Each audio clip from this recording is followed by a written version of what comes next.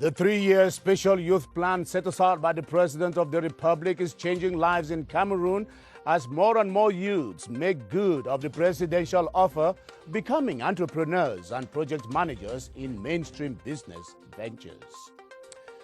The fifth generation technology, otherwise known as the 5G, beckons on Cameroon as the disruptive technology transforms broadband cellular networks with ease of communication and interconnectivity. World Football Governing Body FIFA slams a 5-year ban suspension on the president of the African Football Confederation, Ahmad, over involvement in corruption and other unethical deals in the football milieu. Those are our lead stories. Hello and welcome to the 7:30 News. I am Ben Menopufong.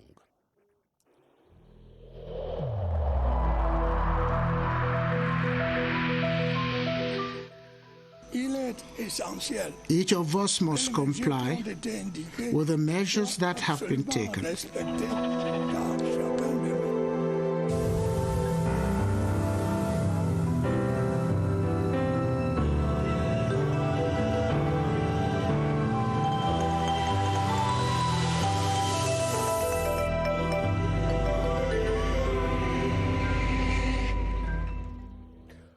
Welcome once again, and I'm glad to be back with you again. We open this edition with a special package on the 3-year special youth plan put in place by the President of the Republic to facilitate the socio-economic integration of youths of Cameroon. Statistics indicate that more and more youth projects are maturing and are being validated across the country and are systematically being funded by proceeds from the fund. Constantine Baum has been assessing the plan since its inception in 2015 and says it has been a great lever in the empowerment of the youths in the country. When the 3-year Special Youth Plan was officially launched in January 2017, 38 youth projects from the 10 regions were financed from the resources of the Ministry of Youth and Civic Education, worth 380 million CFA francs. Subsequently, the ministry proceeded with the funding of 1,141 youth projects of the first batch, worth 1,500 million CFA francs. It should be noted that the 2017-2018 batches have a total of 3,835 projects that have undergone maturity. Out of the 3,835 projects, only 1,141 have been based on funds made available to the Ministry of Youth Affairs. 2,694 projects are still awaiting funding. 3,500 million CFA francs has been distributed this November to 1,325 youth of the 2017-2018 batches through equipment. 1,612 projects are expected to be funded this 2020 to the sum of 4,363 million CFA francs.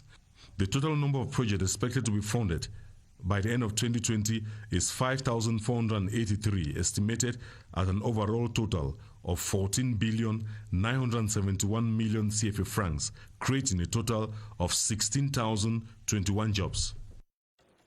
And funding for the 3-year special youth plan targets youth projects in the fields of agriculture, industry, the digital economy, and other innovative endeavors. More than 5 years down the line, already some youths have taken advantage of the presidential offer and are making a name for themselves in some of these fields. Ewane Apole took interest in 2 of them engaged in the dress dyeing and tailoring sectors and now paints a portrait of their business and achievements. This youngster, a professional in dress dyeing, is among the many youth whose projects were financed through the Special Trainer Youth Plan.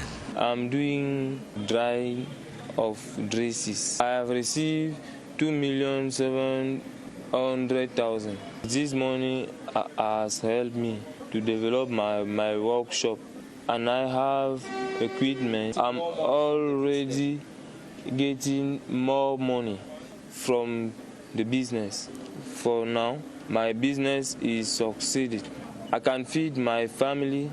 I have also employed workers.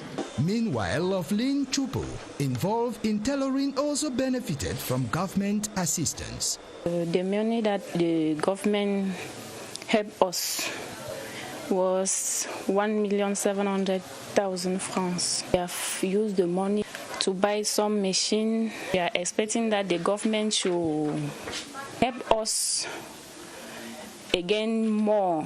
The 3-year Special Youth Plan is an initiative put in place by the head of state, Paul Biya, whose ambition is to help curb youth unemployment and boost economic growth.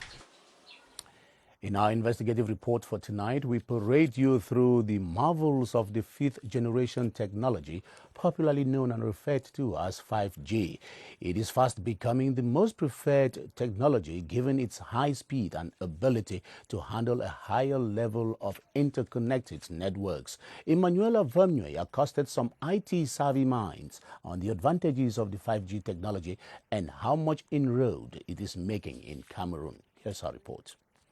Picture items in your home, from refrigerators, televisions, desktops, clocks, and even surveillance cameras, interconnected to a device which you can manage by internet away from home.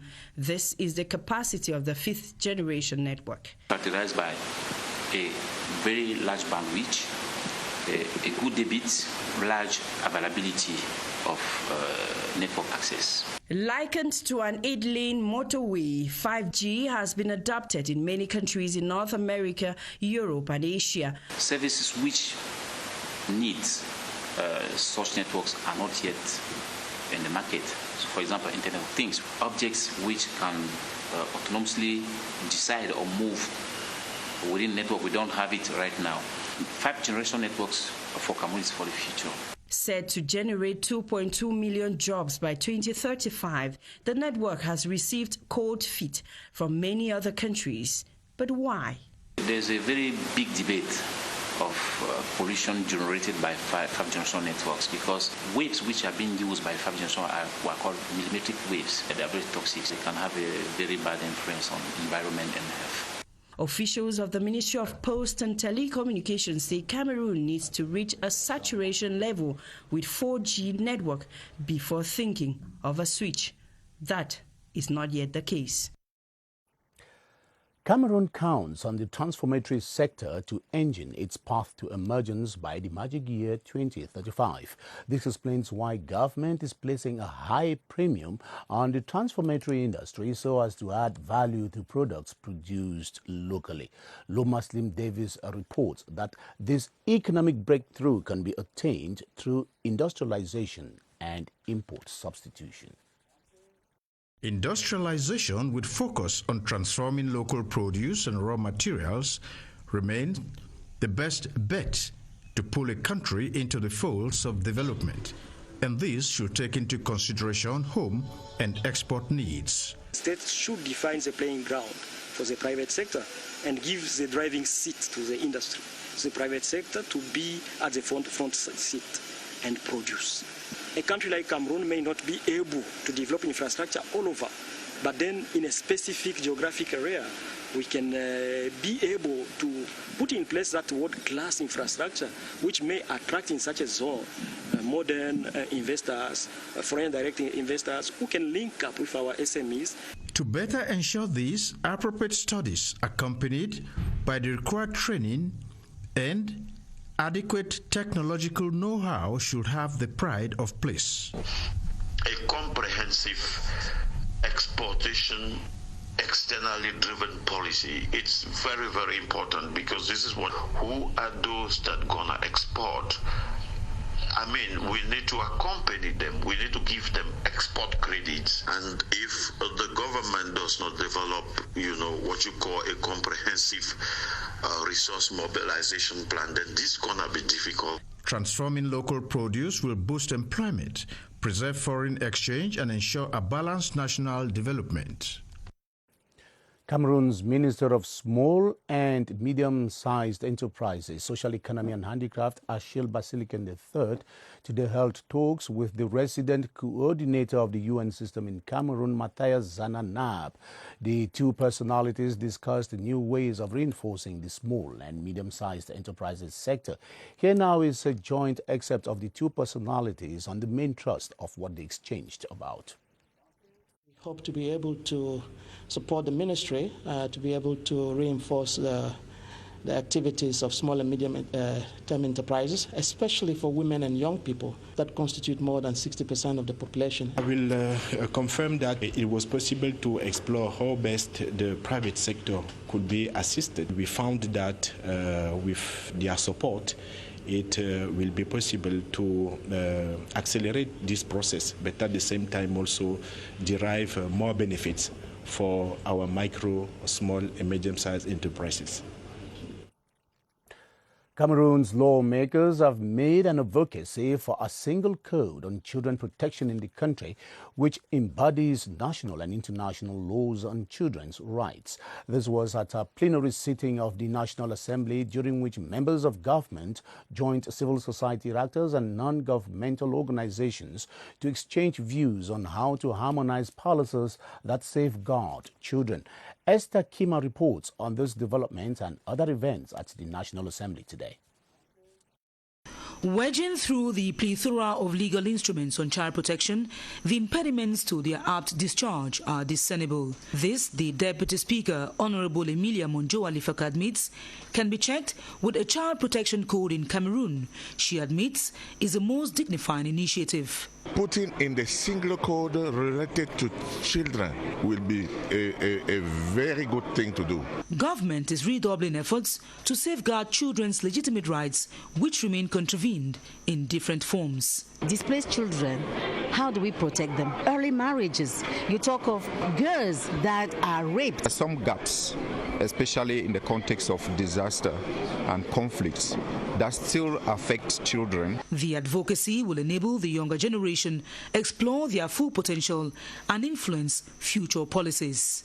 We need to give this child the sovereignty that is required to protect these children, to give them all the rights so that we can see our children emancipate, grow, and become the adults of tomorrow. Meantime, the members of the Finance and Budget Committee, headed by Honorable Rosette Ayayi Mutimbu, in their second exchange this session with European Union experts Daniel Hochedez, brainstormed on the proper application of reforms in the management of public finances in Cameroon. This as they await the tabling of the finance bill for the 2021 financial year. Campaigning for regional council elections are hotting up across the Cameroonian territory, and the Herculean task for traditional rulers running for the December 6th regional election is getting funds for their campaigns. They are still on a fix whether or not they will have public funding for their campaign activities. Ebenezer Akanga talked with a political scientist for insights on the issue, and this is what he pieced together.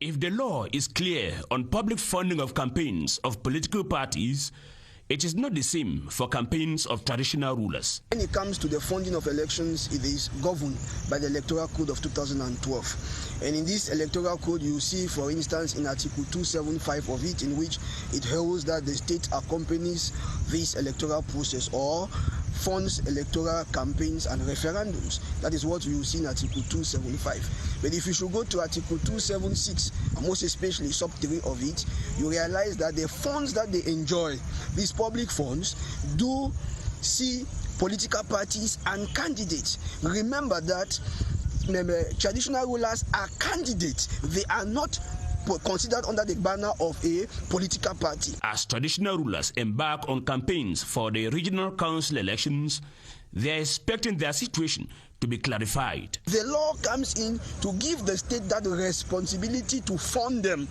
as per Article 276 sub 3 as candidates. While waiting, the traditional rulers are counting on their elite and personal funds to carry on their campaigns.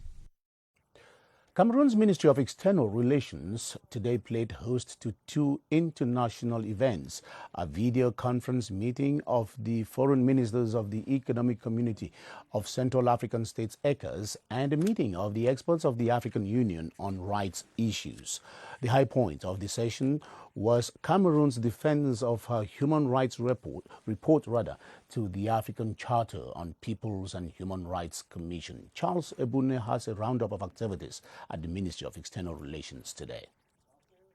An array of officials from the Ministry of Justice, Ministry of Defense, and other government agencies, plus the National Human Rights Commission, at the Ministry of External Relations Conference Hall to defend the 4th, 5th, and 6th periodic report of Cameroon to the African Charter on Human and People's Rights.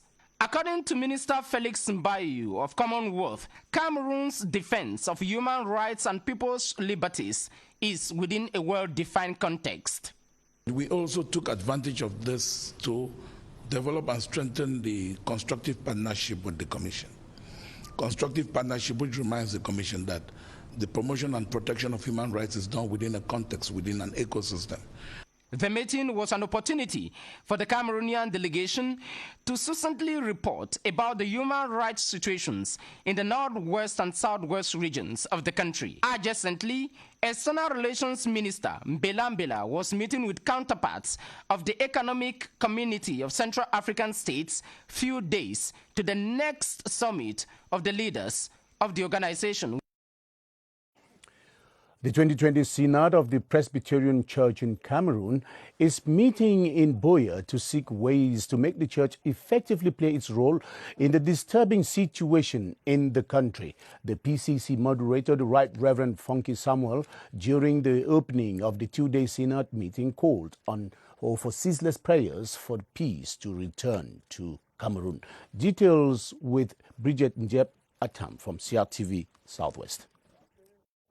Made up of the clergy and laity from the 30 presbyteries and institutions of the Presbyterian Church in Cameroon, the 2020 session committee meeting, which comes on the heels of the PCC Day celebration, is peculiar. Right in the church, you do not know who is the enemy of the church, and so we thought that we should alert Presbyterians and Synod delegates to the Synod Committee of Vigilance to know that we must be alert in these trying times. Given that the PCC has a treasure, mission and vision to fulfill, Christians are expected to contribute in transforming the country, the church and their lives. This call has come at the right time, and we take it with a lot of humility.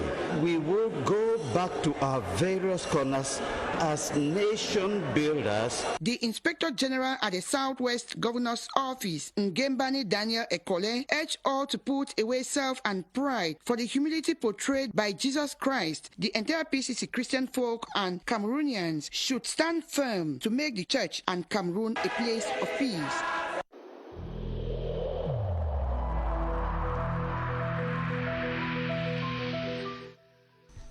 The wearing of face masks in public places will be mandatory until further notice.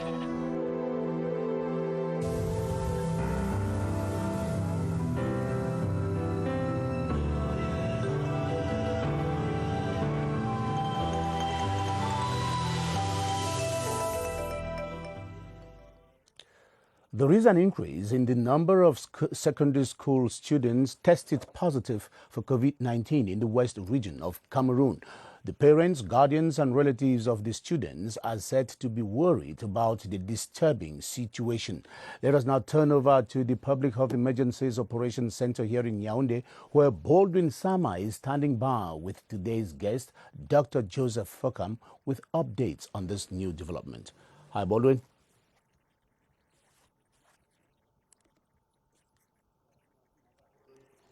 Good evening to you, Ben Menopufong, and welcome. If we find ourselves where we are today, especially in the west region of the country, it is simply because more and more persons have stopped respecting these outlined barrier measures to limit the spread of the coronavirus. And that's why there is this persistent increase in the number of persons tested positive for the COVID-19 in the west region of Cameroon. With these patients who are in the hospitals, do we have any reasons to be worried? We discussed that tonight with our guest, Dr. Joseph Fokam. He is a virologist. Good evening to you, doctor. Good evening, Baldwin. With this rise in the number of persons tested positive, especially patients in the different hospitals in Bafoussam, is there any reason for us to be worried? Absolutely. We are getting more and more worried due to new cases that we are registering. As a matter of fact, in the West region, for a single day, we recorded 17 new cases of COVID-19. And during those same days, we had 5 critical cases hospitalized in Bafoussam, among which 2 died, unfortunately, and 2 also are in a critical condition. And actually also in Yaoundé over this past weekend, we have been seeing an increasing number of new cases, including children less than 5 years and also some of them less than 10 years. So there is really need to get worried and to get people back to barrier measures. What happens in the West region can similarly happen in another region. What happened in the West region is also happening already in other regions. And as we rightly mentioned, we are already seeing clusters in families where the mother is positive, the children are also positive. We are also seeing clusters within school milieux where the lecturer is positive, children also are positive, students they are also positive, meaning that really in our context, actually there is a big reluctance in terms of wearing the face masks. There is also a big reluctance in terms of using generous amount of soap to wash your hands with water just for 20 seconds is going to spare us a lot from the virus. Thank you so much, Dr. Joseph Fokam, for being our guest this evening. We simply have to continue respecting all these outlined barrier measures so as to be able to limit the spread of the coronavirus wherever we find ourselves. Back to you, Ben Menopufo. Thank you, Baldwin Sama, and we hope to catch you again tomorrow. The Electricity Corporation in Cameroon, ENEO, has boosted the rehabilitated district hospital of Chang in the West region with a transformer and a power line as part of its social responsibility towards the society.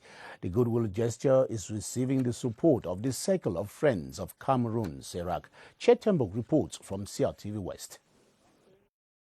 Electricity supply can be interrupted into homes and public places for a variety of reasons, but seldom to certain areas deemed to be of high risk, like hospitals, where power failure can make the difference between life and death. It is perhaps with these in mind that Electricity Corporation, ENEO, in which the states of Cameroon has shares, has decided to fortify and stabilize electricity supply to the newly renovated Chang District Hospital in the Mainwa Division. ENEO is very satisfied to give a new life to this, to help to give a new life to this hospital of Chang, along with CERAC and along with the government of Cameroon. We have installed a new transformer and a new line in order to supply the hospital. This is in continuation of what we have done over the past months in order to help to fight against COVID-19 by giving equipment to Douala and Yaoundé hospitals and to other hospitals in the country. And more globally, this is a corporate social responsibility to help the population and the communities to have a better life. The extension consists of a medium voltage line and a transformer. ENEO authorities say this will greatly stabilize and provide security to hospital equipment. When you have the poor energy, it can destroy the material. And then with this transformer, we have to improve the quality of our service in the lab, in the radiology, in anywhere. That means I can say that we are very happy today for the gift of the First Lady and her team. The commissioning of the extension of the ENEO electricity power grid took place in a ceremony to hand over the refurbished Chang District Hospital to the people. On a similar note, Cameroon's water utility company Camer has assured Cameroonians that water supply in the different cities that will be hosting the 2021 African Football Championship is secured. That's how repair works and the regulation of supply lines is ongoing in the littoral and the southwest regions of the country.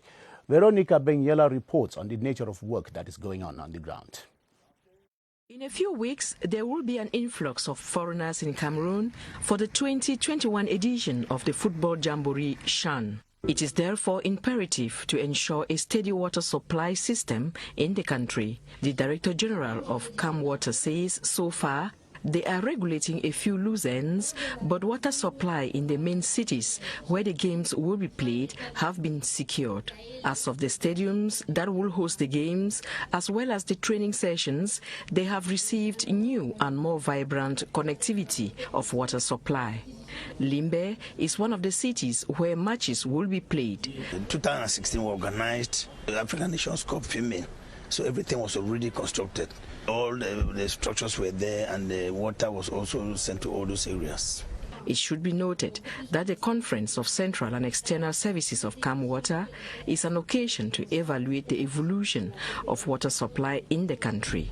They meet every 3 months to look at the challenges they face and way forward. Officials of CamWater say, despite the upcoming Shan and Can competitions, CamWater has the duty to supply potable water to Cameroonians every day. And now on to sports, and the news fell today like a bomb blast, announcing that the president of the Confederation of African Football, CAF, Ahmad has been banned or suspended from all football-related activities for the next 5 years. The decision made public today was arrived at by the adjudicatory chamber of the Independent Ethics Committee of the World Football Governing Body, FIFA, that found Ahmad guilty of violating many articles on football ethics, including financial misappropriation. Baldwin Sama reports on the reasons and implications of the FIFA decision. It is the end of strained relations that have existed lately between Ahmad and the World Football Governing Body, as the adjudicatory chamber of the Independent Ethics Committee found Ahmad, president of the Confederation of African Football and FIFA vice president, guilty of having breached Articles 15 and 20, which have to do with loyalty and accepting gifts, Article 25, that has to do with the abuse of position, and especially Article 28, which concerns the misappropriation of funds. Ahmad's indictment concerns his position as CAF president from 2017 to 2019 on CAF-related governance issues. The Ethics Committee therefore decides that he has been found guilty and has been banned from all football-related issues, be it administrative, sports, or any other, both national and international, for the next 5 years. Consequently, Ahmad, due to this suspension, won't be able to be present in Cameroon next year for the African Nations Championship in his capacity as the president of CAF. Equally, Ahmad's candidacy for next year's CAF elections won't be retained based on this suspension. The 7:30 news on the Cameroon Radio Television this Monday evening. That's the way it was. Thanks for watching. Bye-bye.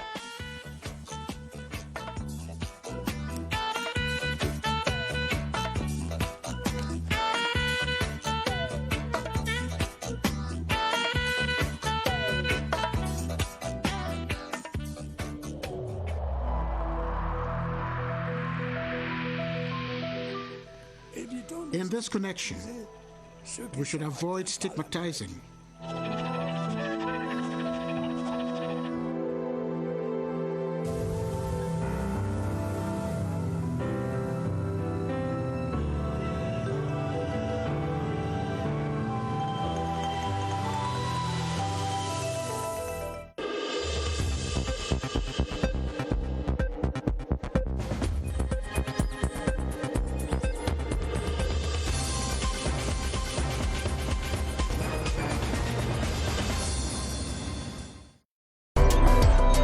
Phishing. Phishing is the fraudulent attempt to obtain financial or other confidential information from internet users by sending an email that looks as if it is from a legitimate organization but contains a link to a fake website. How is phishing conducted? A cyber criminal sends you a message making you believe it is from your bank, asking you to provide your bank information by clicking on a link. Once you click on it, a malicious program installs an automatic typing recorder in your computer. The recorder then proceeds to save everything you type in the machine, including passwords. Practical tips to avoid falling prey to phishing. Always watch out for forms requesting that you fill out your bank information. Avoid clicking directly on links found on your email. Rather, type them out yourself in a navigator. Only input sensitive information in a secured website whose address begins with HTTPS. Authorize automatic updates of your security software and verify whether anti-phishing technology is integrated. Regularly check your bank statement or credit card balance to ensure there are no irregular bank transfers. create strong passwords and change them regularly.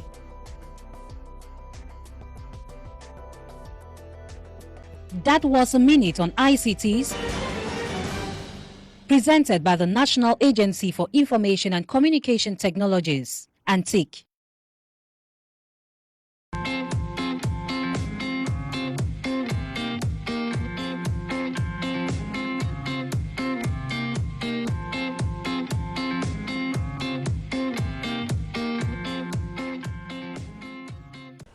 Dans le processus qui va nous conduire à l'élection des conseillers régionaux, la campagne électorale est une étape importante. Il y a un ensemble d'activités prévues, mais des activités qui sont régies par les lois de la République, par le code électoral notamment. Nous en parlons avec le directeur général des élections. Merci d'être avec nous.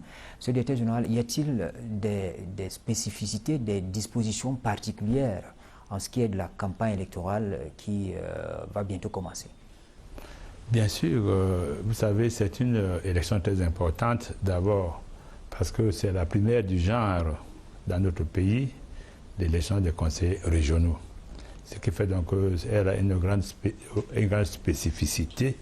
Et comme je l'ai toujours dit, en plus, elle a 2 collèges en même temps pour la même élection, le 6 décembre, le collège des chefs traditionnels et le collège des délégués des départements. Ce qui fait que c'est une grande spécificité. Et en même temps, comme la campagne va s'ouvrir, effectivement, il y aura les 2 collèges qui vont aller à la campagne, c'est-à-dire les délégués des départements qui sont suivis, qui sont encadrés par les partis politiques, et les chefs traditionnels, qui pour la première fois est un groupe spécifique qui va faire la campagne pour cette élection pour le commandement traditionnel.